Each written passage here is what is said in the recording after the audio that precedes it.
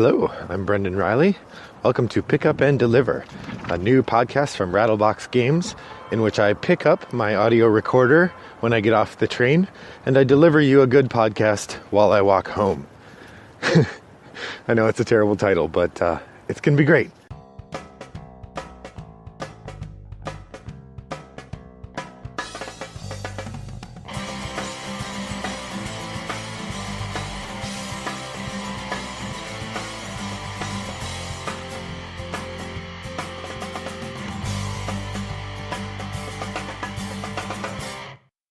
So I thought for my first one, I would try to engage with an idea that the idea of this podcast is to deliver people interesting conversations about game ideas.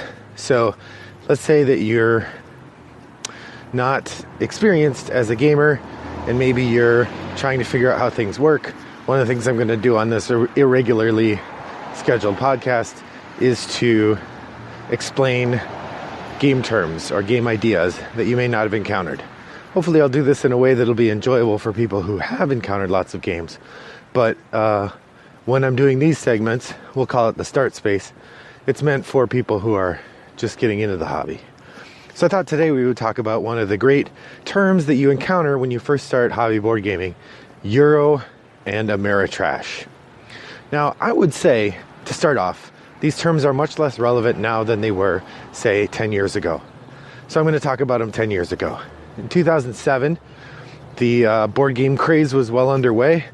We had Settlers of Catan for a decade already. People were going nuts for all sorts of things, including Uwe Rosenberg's perhaps most famous game, Agricola. In Agricola, you play a medieval farmer trying to grow stuff. If you don't have enough resources to feed your people, they take starvation tokens. Agricola is perhaps the quintessential Euro game. The same year, 2007, Fantasy Flight Games brought out Battlestar Galactica, a thematic adaptation of the Sci-Fi Channel original series starring Edward James Olmos. Now, Battlestar Galactica, while it's not quite the epitome of the American style or Ameritrash game, it's pretty close. So I'm going to use these two games as my lead-in to talking about when someone says they like Euro games or they like Ameritrash, or some people will say Amerithrash because it's cooler, or I just say American-style games. What do they mean? So, starting with the 2007 definition, those phrases meant one of two things. When you said Euro, you're probably talking about a game. Okay. So the easiest way to define a Euro game and an Ameritrash game is to look at three distinct levers or registers and look at how they use them. The first of these is randomness. In a Euro game, there is generally going to be far less randomness than there would be in an American style or Ameritrash game. When there is randomness, it's usually going to be what game designers call input randomness. In other words, you might have dice, you might have cards, you might have all sorts of different functions by which randomness is introduced into the game. But that randomness is introduced in a way that is not player specific and is introduced before players make a decision. So for instance, Agricola. In Agricola, there are cards that are revealed each round that allow you to take certain actions. Those cards are put onto the board in random order, or in sort of chunks of random order. So any given round, you may know that a particular card is going to emerge, but you don't know which card is going to emerge. You know, it's one of like four. That would be input randomness. The card is turned over, and then everyone gets to decide what decisions they're going to make. So the randomness affects gameplay, but it affects everyone equally, and it shapes the way you act. It doesn't affect the results of your actions. So that would be input randomness, and that's the kind of randomness you can expect to see in a Euro game. By the way, I think in the pick up and deliver segments, I'm always going to report to you what it's like while I'm walking. I'm walking home on a relatively pleasant snowy day, January 23rd.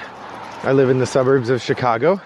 It snowed today, so a lot of the sidewalks have snow. I don't know if you can hear the snow crunching. Let's see. You probably can't hear that, but the snow is crunching under my feet. It's a nice day though. I do have hat and mittens on, but I don't have a scarf over my face. If I did, I wouldn't probably be recording. Okay, so a Euro game will have very little randomness, or it'll be input randomness. A Euro game will also have a theme, but generally the theme is going to feel relatively light. What I mean by that is that, like Agricola, you have a story. You are a farmer and you're managing your farm. But while you're doing so, it could just as easily be any number of other ideas, right? That you're using the resources to accumulate things and move things around. But generally, the game isn't meant to make you feel like you're a farmer. It isn't meant to grab onto your emotions and get you excited. Although I would say a lot of people feel emotional when their children take starvation tokens. So maybe from that perspective, Agricola is a little more thematic than most Euros. But generally, if you hear someone say something like a theme is pasted on, there's a decent chance that's a Euro game. Here's an example of one, Hanabi. Hanabi is a game where you're building fireworks or something. It doesn't even matter. The main thing of Hanabi is that you hold the cards facing away from you and you're trying to make a set in order. The theme is really irrelevant entirely. Many Euro games, the theme is irrelevant. Finally, the third register that Euro games work on is player conflict. Generally, in a Euro game, player conflict is going to be minimal. You may have opportunities to mess with other players. In Agricola, if I can see that you're about to build a new house, I might take the spot that lets you build new rooms in the houses, even if maybe I can only build one room because I want to keep you from building two this round. So that's, in Agricola, you do that. But generally, things are so tight, where the conflict happens is not that I took something you wanted just to block you, but rather you and I both wanted that and I got there first. So, but the conflict is generally passive. You know, I stop you by doing something myself. I don't stop you by tearing down what you've done or attacking you. It's generally passive. So, I would say most Euro games have relatively light randomness. And when they do have randomness, it's mostly input randomness. They have generally a pretty light theme and generally pretty light player conflict. By contrast, American style or Ameritrash games are the exact opposite. There are a lot of games that are common to America that people could point to that would fit this. Something like Axis and Allies would be a good example of an Ameritrash game, or Fantasy Flight's Descent. But I'm going to point to Battlestar Galactica because that came out in 2007 as well. And I think it's one of the more interesting ones because Battlestar Galactica does not have a bunch of dice rolling. Battlestar Galactica is, like I said, a thematic game based around the TV series of the same name from the Sci-Fi Channel. When we look at randomness, Battlestar Galactica actually feels a little bit more like a Euro. There aren't a whole bunch of random elements, except that there are. You have the Cylon ships that are chasing you. Those show up out of a random deck. You have the cards that you're able to play in order to help start or stop a mission. You get those when you draw them from a deck, which can be random. Some of these elements allow you to make decisions after you've seen them. Not all of them do. The next register is thematics, or theme. I would say Battlestar Galactica is overflowing with theme. In fact, a theme is a huge part of why you play the game, right? The game is built all around this idea of this show. The kinds of things you do in the game don't make much sense if you don't know the story of the game. If you don't understand the theme, it's really bizarre. It would be a weird set of mechanisms to do if it didn't have a theme. The theme shapes the decisions you make as you're playing. The same goes for the player interaction. In Battlestar Galactica, you are either a human or you're a Cylon, and your interaction is determined by the cards that you draw. Now this is, again, a significant change from a Euro game, where the way that I would most be in conflict with you is fighting over a worker placement space.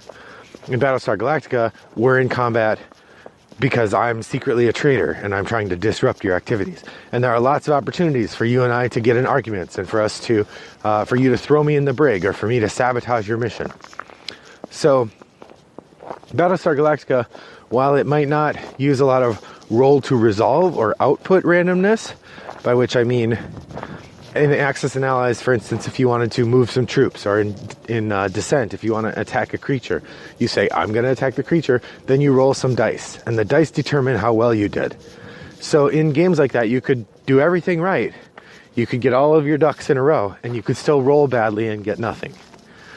In a game like Battlestar Galactica is a little bit less heavy on that sort of thing, but the other elements very much fit what is often called Euro Ameritrash.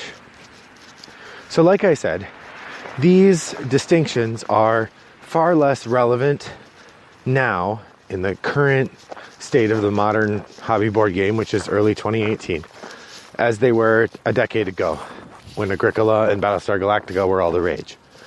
The reason for this is that the hobby board game community has seen a melding of the two approaches. That people who like both kinds of games recognize that what they enjoy in Last Night on Earth is the exciting theme, or what they enjoy in Trajan is the complicated machinations of the system. What you start to have is games that use more of the mechanisms of, say, a Euro, but they get infused with the theme, the sort of level of theme and the controlling nature of theme, by which I mean they get infused with a theme that shapes the mechanisms they're choosing, so that more and more in these hybrid games, you experience the actions you're choosing really feel like they support the theme that the game is suggesting.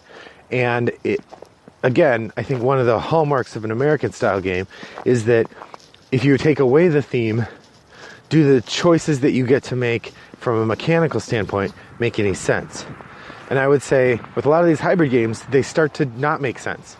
It's confusing why you would have this particular block of choices if you don't have the theme to help explain them. For example, and I'll wrap up here, a recent game to rocket onto the Board Game Geek Top 100 is a game called Anachrony. And this is from Mind Clash Studios, who also released Tricarion, another really interesting hybrid game. Both Tricarion and Anachrony use Euro mechanisms. They're both worker placement games. You have these workers and you're putting them on spots and taking resources and building.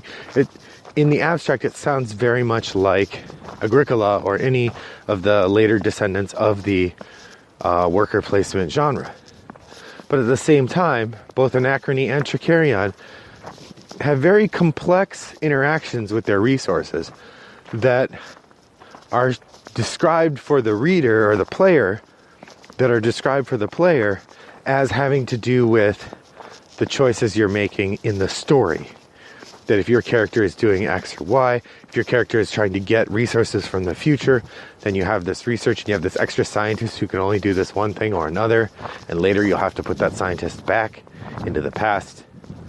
And these are the kinds of things that mechanically are difficult to conceive of working without a good theme to explain them. And for me, that's the sweet spot in the recent emergence of the blend of American and European style games. So I hope this has been helpful as you journey in, as you come into our hobby and you hear people say Ameritrash and Euro game, to explain what that means. And now you can go out and try out any of the games I've mentioned here. I hope that you've liked this first episode of Pick Up and Deliver. Like I said, it's going to be irregularly scheduled. I'm going to try to do it fairly often, but it'll be sort of when the mood strikes me, and I have no idea whether I will maintain this explaining ideas for newcomers to the hobby or other things. I'd love to hear your thoughts on the show. My name is Brendan Riley. This is a podcast created by Rattlebox Games. Our theme music is the song You Sunk My Battleship from the band Impact. You can reach out to me at rattleboxgames.com. You can tweet at rattleboxgames, or you can find our show notes on our website and contact us there. Thanks for listening. Here's hoping your walk goes well. We can go on and on about imagery. We can sit in bed, staring at things on TV. We can sit and stare into the sticky summer air, waiting in lines just for a ride. I can rip into these comic strips.